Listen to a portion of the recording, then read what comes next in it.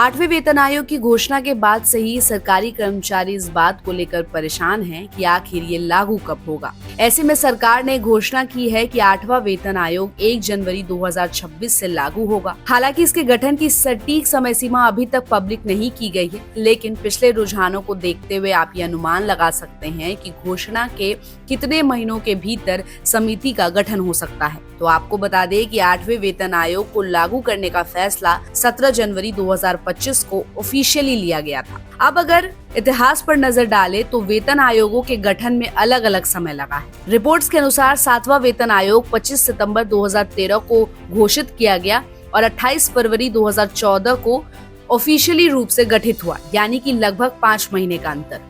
छठा वेतन आयोग की बात करें तो जुलाई 2006 में घोषणा की गई थी और अक्टूबर 2006 में गठित हुआ, यानी कि लगभग 3 महीने का समय लगा। अब 5वें वेतन आयोग की बात करें तो अप्रैल 2094 में मंजूरी मिली और जून 2094 में ऑफिशियली रूप से गठित हुआ, यानी सिर्फ 2 महीने लगे। इसे देखकर ये साफ है कि घोषणा के कुछ ही महीनों में समिति का गठन हो जाता है। हालांकि इसके लिए कोई भी निश्चित समय सीमा नहीं है। ऐसे में अनुमान लगाया जा रहा है कि अगर ये पिछले पैटर्न को फॉलो करता है तो 8वां वेतन आयोग मार्च से जुलाई 2025 के बीच गठित हो सकता है। वही एक्सपर्ट्स का कहना है कि सरकार आम तौर पर हर 10 साल में एक नया वेतन आयोग गठित करती है ताकि सरकारी कर्मचारियों के सैलरी स्ट्रक्चर, पेंशन और अलाउंस का पूरी तरह से एनालिसिस किया जा सके। इन सिफारिशों में आर्थिक स्थिति, मॉनेटरी पॉलिसी और दूसरी फाइनेंशियल पहलुओं को ध्यान में रखा जाता है ताकि कर्मचारियों को उचित मुआवजा मिले। आपको बता दें कि 2026 में लागू होने वाले इस आयोग को लेकर अब सभी की नजरें इस बात पर टिकी है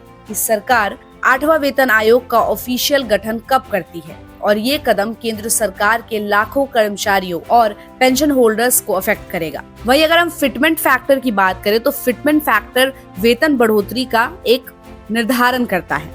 7वें वेतन आयोग में ये फैक्टर 2.57 था। लेवल 1 कर्मचारियों की बेसिक सैलरी 7,000 रुपए से बढ़कर 18,000 रुपए हो गई थी। वहीं महंगाई भत्ता यानी कि DA, फिर मकान किराया भत्ता यानी कि HRA और परिवहन भत्ता को जोड़ने के बाद टोटल सैलरी 36,020 रुपए हुई। लेकिन 8वें वेतन आयोग में अगर फिटमेंट फैक्टर 2.86 तक बढ़ा, जिसका अनुमान लगाया जा रहा है, तो लेवल 1 का बेसिक सैलरी 18,000 रुपए से बढ़कर 51,480 रुपए हो सकता है।